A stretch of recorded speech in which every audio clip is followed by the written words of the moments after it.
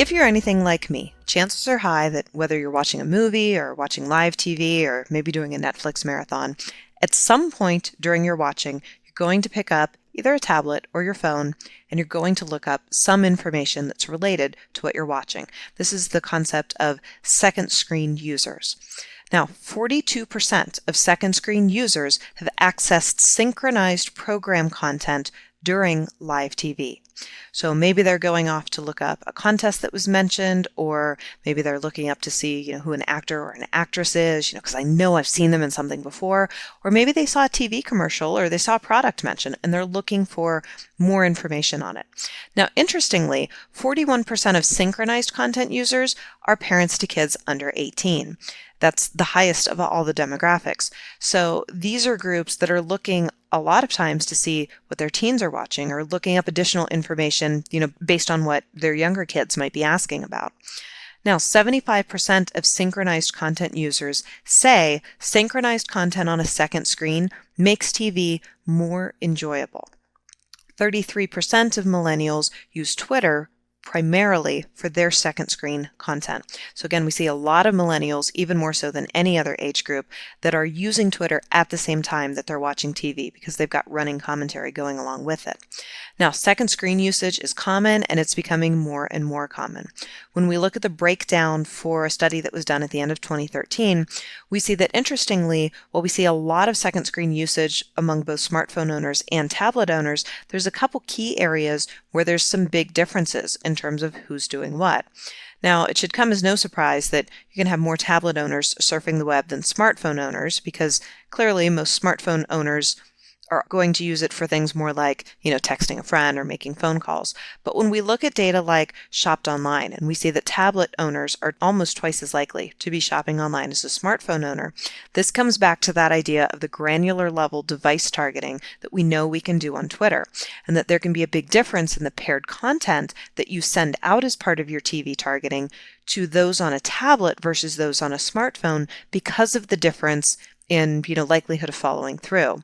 Same thing with looking up program-related information, far more likely to happen with tablet owners, whereas things like sports stores tends to be pretty close to even, and of course texting friends, no big surprise, is going to lean more into the smartphone owners category. But when we get down into some of the other areas, follow program-related social media activity, again, still pretty similar, but then pop down to bought a product advertised on TV, and we see that once again, tablet owners crush smartphone owners in this category, which again makes it that much more necessary to have really great targeted campaigns that are specifically going after the call to action to buy when you're targeting those tablet owners. Now, Nielsen has partnered with Twitter within the last year or so to start putting out what they call the Nielsen Twitter TV ratings. And what they're doing now is they're looking at a combination of things. They're looking at the number of tweets that are coming out around any particular TV show. They're looking at the number of people that are doing that tweeting. And then they're also looking at the reach of that conversation. So the number of people who are seeing those tweets coming out. And what we see happening is far more conversations about shows like Breaking Bad as opposed to NCIS. We find that the demographics that are showing up for the Twitterized TV shows, tend to be those millennial groups that are turning to Twitter in order to talk about shows like Breaking Bad or Game of Thrones, as opposed to the NCIS crowd that tends to be maybe a little older or maybe a little bit less likely to be on Twitter, and we don't see as much of an overlap. In fact, when we look at the top shows as represented by Twitter versus the top shows on regular TV listings, we see a pretty big difference. The ones on the left are actually the top Twitter ratings, and the ones on the right are the top standardized television ratings. There's almost no overlap between the two, between the most tweeted and the most watched programs. About the only exception are The Voice for the particular week that this was taken. Now, again, it's important to remember that Twitter represents only a portion of the broader population, and it tends to represent a very specific targeted portion of the population. So it's very important as you're getting ready to do any TV-based advertising to make sure you're looking at the true demographics of who's watching particular shows, and then to go to Twitter and spend some time doing some of the research there to see are people actually talking about it as well, because it's not going to be in your best interest to try and push your co-branded content for a commercial that you're running on NCIS as it would be for what you might be running on Breaking Bad or, Grey's Anatomy. So again, there's going to be some difference with very, very little overlap here, and it's very important to keep that in mind. Whether you're a huge company or a small company, there's still strong potential here because, again, when we look at those key demographics that have really strong presence on Twitter, especially when we look at that millennial crowd, we find that there's a lot of space because there's a lot of overlap in the target audience.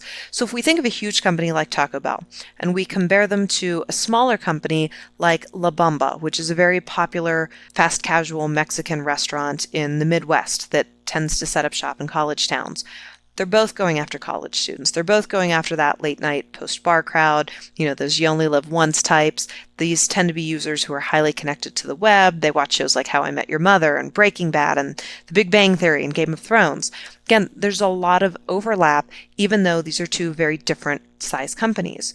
So taking advantage of the TV-based opportunities that Twitter offers, each of these companies can come at their message from sort of a different perspective to still get their tweets in front of the right sets of people. Now, for our enterprise and agency listeners, it's very important to understand that Twitter Amplify basically gives big brands the opportunity to combine Twitter conversation with the TV ads that they're already running in association with certain shows. So Nielsen's brand effect for Twitter data has lots of great information out there in terms of what this addition of Twitter advertising to existing television advertising can mean. The incremental acquisition cost from TV advertising decreases by about 36% if those same ads are paired up with a Twitter advertising presence. The incremental sales that's going out has an 8 to 16% increase when you go from standard TV to TV plus Twitter advertising. Advertisers that are running both TV commercials and promoted tweets have a 95% stronger message association. They have a 58% higher purchase intent. And again, popping back up to those ones above, we see 8 to 16% more sales and a 36% lower customer acquisition cost. And these are really big differences in overall brand spends and overall advertising spends.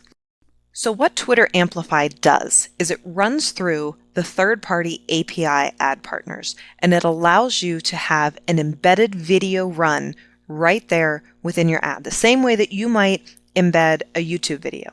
The difference is these ads are usually partnered with whatever live TV program someone happens to be watching in order to offer supplemental content or maybe a content recap.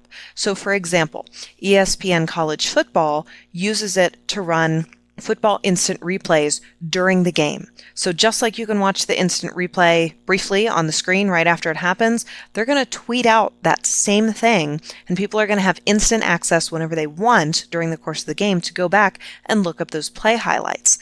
Now, the great thing about this is you have the opportunity for an additional inserted ad option that's either running pre-roll or post-roll.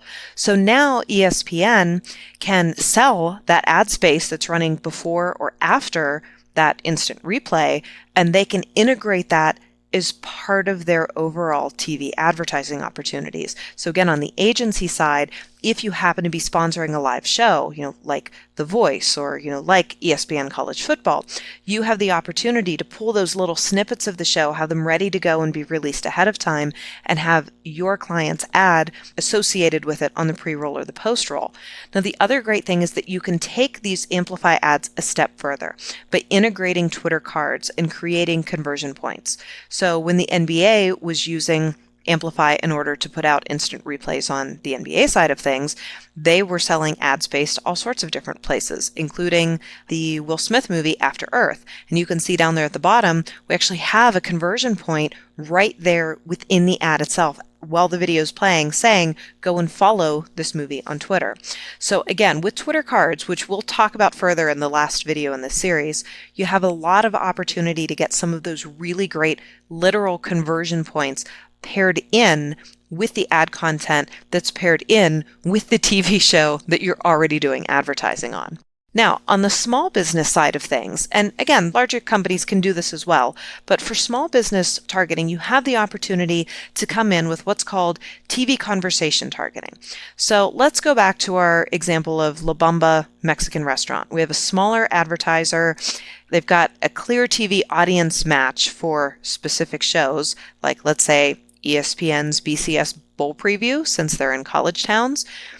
Getting in front of some of those selected shows and choosing those targeted geographical locations, saying, hey, we want to be in Columbus and Indianapolis and Chicago and Louisville, Kentucky, because that's where our stores are, allows them to get those targeted messages out, or even untargeted messages if they want, but to get those targeted messages out to remind people, hey, while you're watching the game, stop by and pick up one of those burritos as big as your head, or, here's the special that we're running in this particular city because their team's playing in one of the bowl games.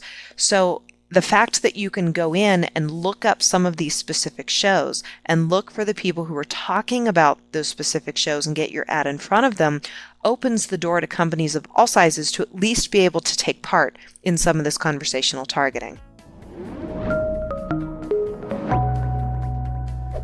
Hey, want to become an expert in digital marketing? Then subscribe to the Simplilearn channel and click here to watch more such videos. To nerd up and get certified in digital marketing, click here.